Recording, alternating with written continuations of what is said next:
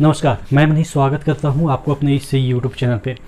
दोस्तों, आपका tentative date है वो वर्बली चेयरपर्सन के द्वारा या आप कह सकते हैं चेयरमैन के द्वारा, रेलवे चेयरमैन के द्वारा बता दी गई है कि 15 आपके दिसंबर से एग्ज़ाम कंडक्ट होने लगेंगे। देखिए, सबसे पहले जो मैं आपके पास कन्फ्यूजन आ गई है, 15 दिसंबर उन्होंने बोला है, बाकी सब चीज़ें आपको क्लियरिफाई नहीं है। उनका स्टेटमेंट को हम इंटरप्रेट करें तो 15 दिसंबर से वो बताए हैं कि आपके एग्ज़ाम होंगे, ये नहीं बताया कि कौन से एग्ज़ाम होंगे। तो सबसे पहले मैं आपको एग्ज़ाम के बारे में बता देता हूं कि कौन सा एग्ज़ाम हो सकते हैं, ये भी संभावनाएं हैं कि ऐसा ही होगा।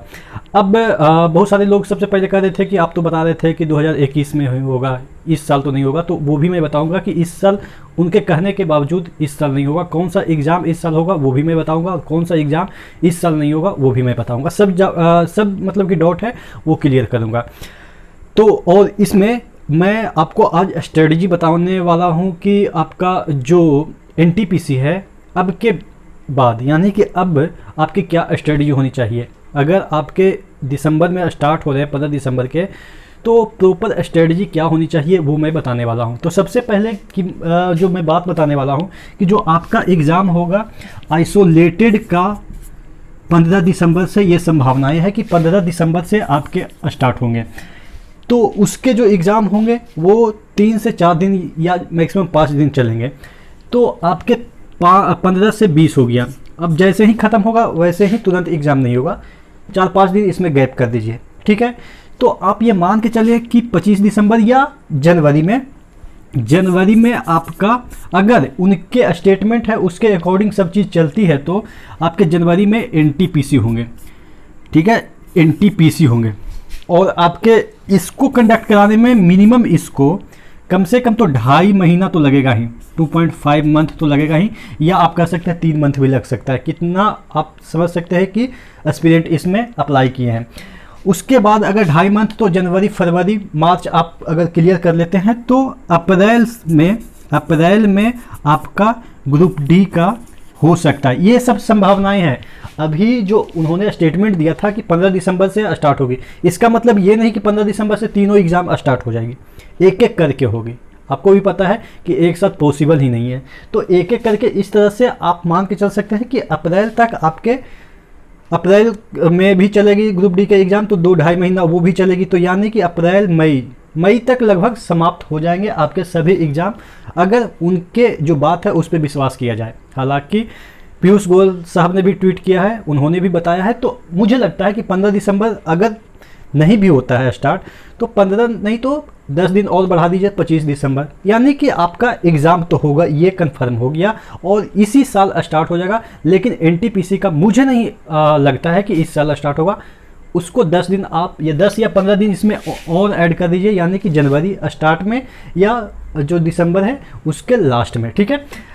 तो ये आपके एग्ज़ाम से रिलेटेड जो भी क्वेरी थे कि कौन सा एग्ज़ाम पहले होगा वो क्लियर हो गया।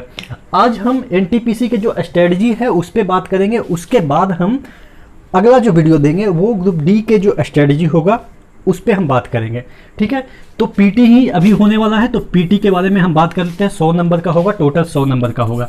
Maths, reasoning, GK, GS, total 90 minute का। इसमें जो टाइम है वो मायने नहीं रखता है। क्यों नहीं रखता है? क्योंकि जीके जीएस 40 क्वेश्चन पूछे जा रहे हैं, 60 क्वेश्चन ये, तो यानी कि अगर आप इसमें 70 मिनट भी देते हैं तो आपके पास 20 मिनट हो जाता है, जो कि काफ़ी है 40 क्वेश्चन के लिए। क्योंकि जीके जीएस है, आएगा तो आएगा, नहीं तो कुछ भी नहीं आएगा, ठीक है।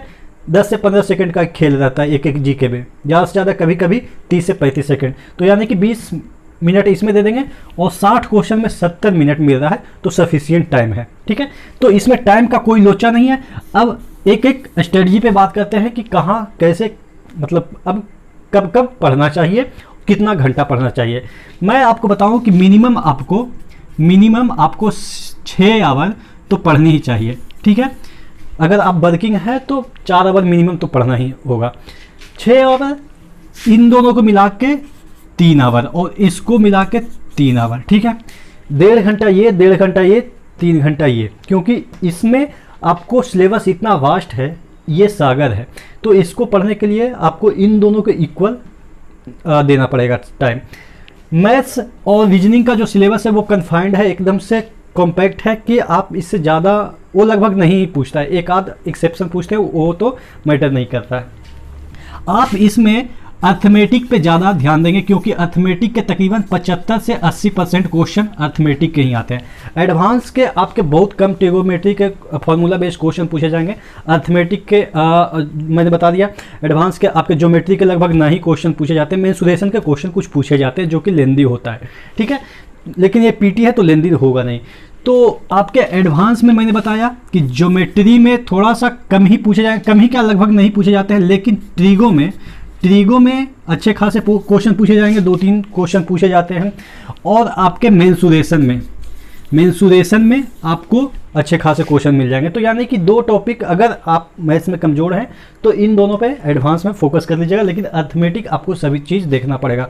जितने भी अर्थमेटिक के टॉपिक हैं वो सभी आपको कवर करने पड़ेगा मैथ्स में, ठीक है। देखिए, हम स्मार्ट अप्रोच की बात कर रहे हैं कि कितना पढ़ के आप सेलेक्ट हो जाएंगे। यहाँ पे आप ज़्यादा नंबर लाएंगे तो कोई फर्क नहीं पड़ेगा, ठीक है। यहाँ पे सिर्फ स्क्रीनिंग है। रीजनिंग की बात करें, अच्छा रीजनिंग की बात करें तो रीजनिंग आपके 30 नंबर के, और जो रीजनिंग है उसका स्टैंडर्ड लेवल है। तो रीजनिंग में मैंने हमेशा बताया है जो कथन कारक है, सैलोलिज्म है, ठीक है, अजम्पशन है, ये सब जो स्टेटमेंट वाले क्वेश्चन होते हैं वो तकरीबन 6 से 7 क्वेश्चन पूछे जाते हैं। 6 से 7, 6 तो मैंने मिनिमम लिखा, 7 से 8 क्वेश्चन पूछे जाएंगे, तो उस पर ज़्यादा फोकस कीजिएगा। बाकी चीज़ें आपका एज यूजुअल जो कि एवरेज होता है वो बन जाता है। आप लगातार सेट प्रैक्टिस करते रहेंगे तो आपका ये भी कवर हो जाएगा। तो यानी कि रीजनिंग में कहाँ पे फोकस करना है वो मैंने बता दिया, ठीक है।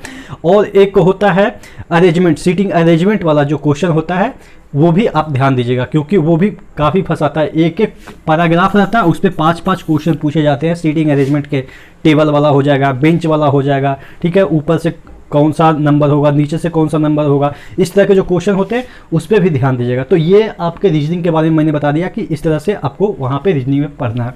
जीके जीएस में आपको हिस्ट्री में मैं बता दूं कि हिस्ट्री में काफ़ी लेंदी क्वेश्चन बनता है, लेकिन यहाँ पे नहीं पूछा जाएगा क्योंकि अभी का जो ट्रेंड है उसमें हिस्ट्री में मॉडर्न हिस्ट्री आप पढ़िएगा।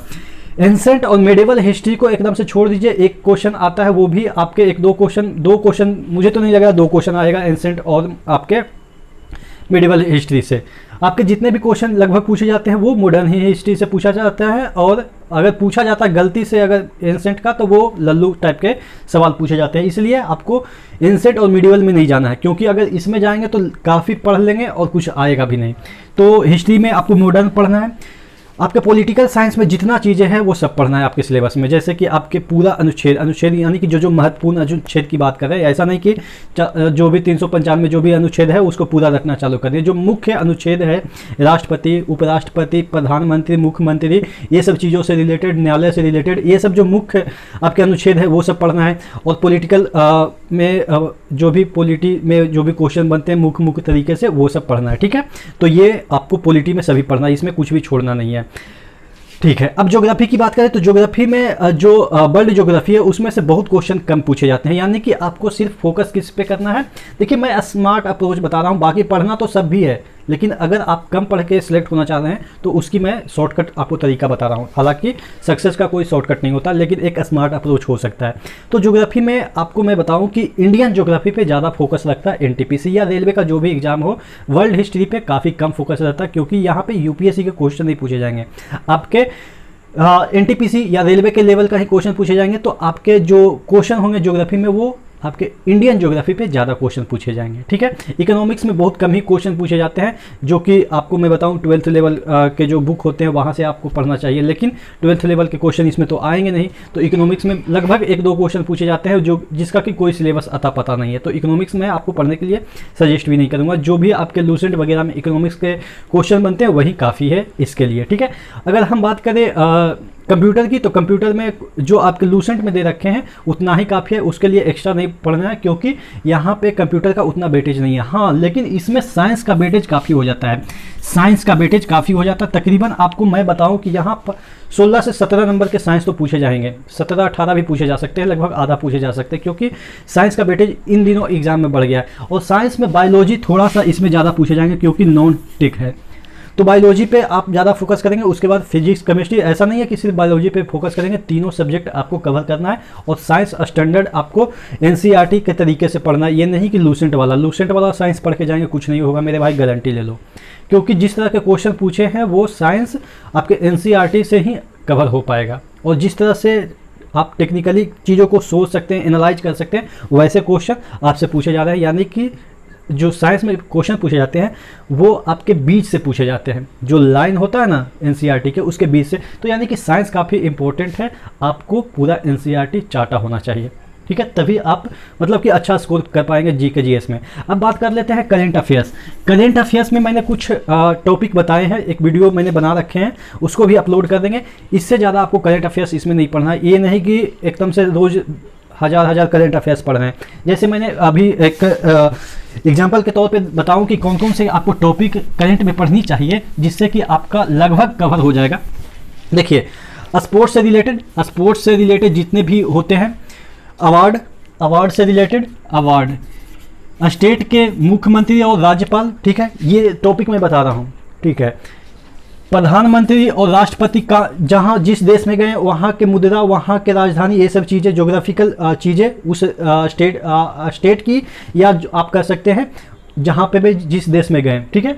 उसके बाद आपके जो जितने भी योजनाएं भारत सरकार या महत्वपूर्ण राज्य सरकार शुरू की है, हालांकि भारत सरकार के ही योजना ज़्यादातर पूछे जाते हैं, भारत सरकार के जितने भी योजना है। और अगर आपको करंट पढ़नी है कि कितना दिन तक के लिए पढ़ें, तो आपका एग्ज़ाम दिसंबर में होने जा रहा है, तो आप करंट पढ़ेंगे 2020 चल रहा है, हाँ 2020 का पूरा करंट पढ़ना है आपको, 2020 का पूरा करंट पढ़ना है। जितने भी स्पोर्ट्स होते हैं मैंने बता दिया कौन कौन से टॉपिक है, और इसमें मैं बताऊंगा एक करंट के लिए अलग से वीडियो बनाऊंगा। ऐसा नहीं है कि ये करंट के लिए मैं एक और व्यू दिया कि करंट इससे पढ़ेंगे तो मुझे लग रहा है कि कवर हो जाएगा, हालांकि करंट के लिए मैं एक्स्ट्रा वीडियो बना दूंगा, ठीक है। तो करंट उसमें बताऊंगा कि कौन कौन से टॉपिक से पढ़ना है, 10-12 टॉपिक मैं बता दूंगा करंट का। हालांकि अभी भी मौखिक रूप से भी बता दिया, 10-12 तो हो ही गए होंगे, लेकिन करंट के लिए अलग से वीडियो बनाऊंगा कि ये टॉपिक आपको पढ़ना है, ठीक है। तो आशा करते हैं एनटीपीसी के रिगार्डिंग मुझे लग रहा है कि ये स्ट्रेटजी आपको फॉलो करनी चाहिए, जिससे कि आपकी सफलता आपके कदमों में होगी। तो नेक्स्ट वीडियो मिलते हैं, तब तक के लिए धन्यवाद।